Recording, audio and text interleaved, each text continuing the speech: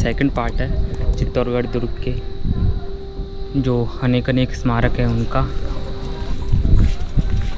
काफ़ी दूर तक फैला हुआ है, देख रहे हो, वहाँ तक फैला हुआ है पूरा का पूरा। ये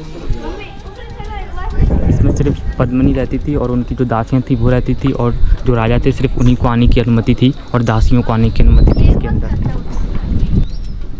चलिए अब मैं अंदर ले चलता हूँ। यहाँ पर बेसिकली मैं काफ़ी ऊंचाई पर खड़ा हुआ था, वहाँ से मैंने ये वीडियो बनाई है, और अंदर ले चलता हूँ और आपको दिखाता हूँ पद्मिनी महल कैसा होता था। जो रानी पद्मिनी थी वो किस तरीके से रहती थी। चलिए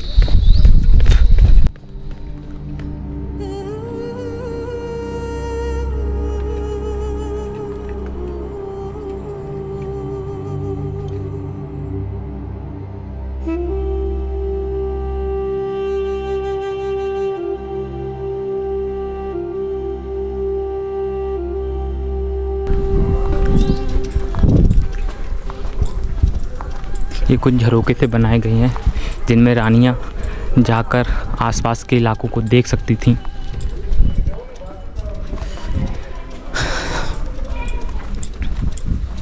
ये देखिए, ये कुछ अंडरग्राउंड जाने के लिए रास्ते होते थे, पर लेकिन ये बंद कर दिए गए हैं। देख सकते हो पद्मिनी महल का दूसरा हिस्सा। C'est les fleurs de lotus. Lotus flowers. Sorry? How many days you are here from? We're here from 3 weeks in India. 3 weeks. Yeah. And how was India? It's very good.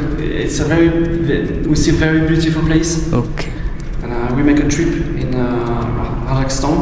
अच्छा, और ये देखिए, ये एक गुम्बज़नुमा हॉल सा है, ये छोटा सा।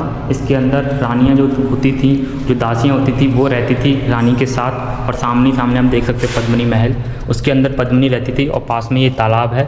और इस साइड में वो जो अलाउद्दीन खिलजी था उसने खड़े होकर पद्मिनी को देखा था। बेसिकली थोड़ी देर बाद मैं वहाँ पर भी जाने वाला हूँ और वहाँ से आपको सारी चीज़ें दिखाने वाला हूँ। इस तरीके के होते थे रानियों के घर, जहाँ पर रानियाँ रहती थी। चलिए बाहर चलते हैं और बाहर चल के मैं और भी सारी चीज़ें दिखाता हूँ। इस तरीके से गुम्बद बनाए जाते थे, चारों तरफ से खुले हुए। बेसिकली ये ग्रीष्म काल के लिए बनाए जाते थे, जब ज़्यादा गर्मी पड़ती थी, जो रानियाँ थी वो यहाँ पर आकर बैठ जाती थी। और चारों तरफ से खुले हुए हैं, देखिए इस साइड से भी हवा आती है, इस साइड से भी हवा चलती है, इस साइड से भी हवा आती है, और इस साइड से भी। चारों तरफ से ऐसे आरे से बने हुए हैं, जिनमें से अभी किसी भी दिशा में हवा चले तो अंदर ज़रूर हवा आएगी। चलिए वहाँ से दिखाता हूँ आपको, उस गुम्बद से वहाँ से साफ साफ दिखेगा पद्मिनी महल। उसके बीच में कोई जालियाँ भी नहीं लगी हुई हैं। और ये जो सामने आप देख रहे हो, इसी के अंदर खिलजी को खड़ा किया गया था, और वहाँ पर रानी पद्मिनी को खड़ा किया गया था। वहाँ पर जो रानी पद्मिनी थी उसका प्रतिबिंब बना था, जो अलाउद्दीन खिलजी था वो यहाँ पर खड़ा हुआ था। यहाँ पर से फिर उसने रानी जो पद्मिनी का प्रतिबिंब था वो देखा था। बेसिकली इसके अंदर शीशे लगे हुए हैं, खैर अब तो नहीं लगे हुए, अभी मैंने आपको दिखाया था जो, अब इसके अंदर शीशे नहीं लगे हुए हैं। अब तो खैर सिर्फ पुट्टी सी की हुई है वाइट कलर की। पहले ज़माने में इसमें शीशे लगे हुए थे, तो यहाँ से अलाउद्दीन खिलजी ने रानी पद्मिनी को देखा था। इस तरीके से आप देख सकते हो।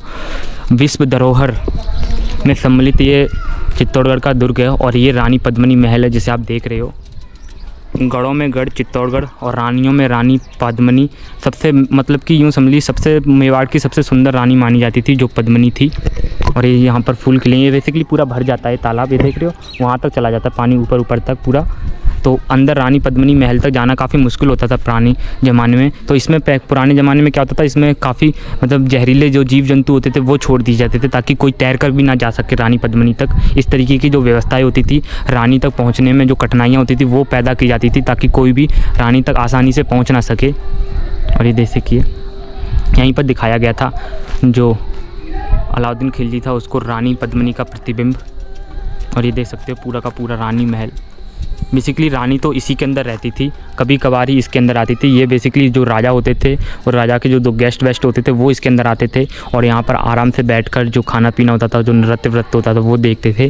और यहाँ पर रानी रहती थी। जब भी कभी छोटा मोटा प्रोग्राम होता था, आसपास के जो रियासतें होती थी उनके जब राजा पधारते थे, तो वो रानी यहाँ से निकलकर, ये देखिए यहाँ से निकलकर नाव में बैठकर इसके अंदर आकर, वहाँ पर छोटा सा घर वो बना हुआ दरवाज़ा, उसके अंदर चली जाती थी और जाकर ऊपर पहुँच जाती थी। ऊपर पहुँच कर सारी चीज़ों को यहाँ पर देख लेती थी वो।